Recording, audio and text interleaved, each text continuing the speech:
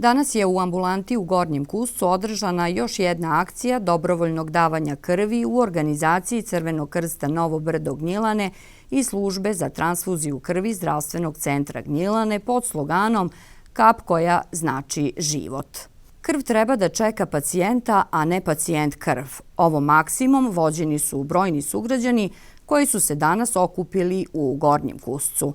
Među njima su i mladi i stari, a motiv je svima isti – humanost bez rezervi. Jedna od njih je Marija Stolić, koja je ovo prvi put da pruža ruku spasa.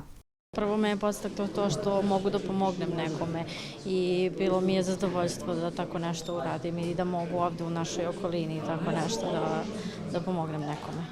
Među onima koji su danas prvi put pobedili strah od igle zarad višeg cilja je i dr. Nikola Kovačević.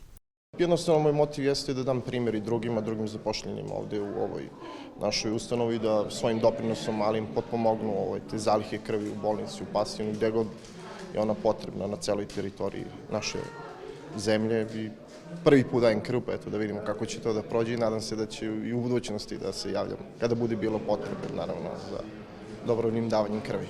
Zalihe krvi su često na granicama minimuma, a potrebe pacijenata, naročito u opštoj bolnici u Pasjanu, su svakodnevne.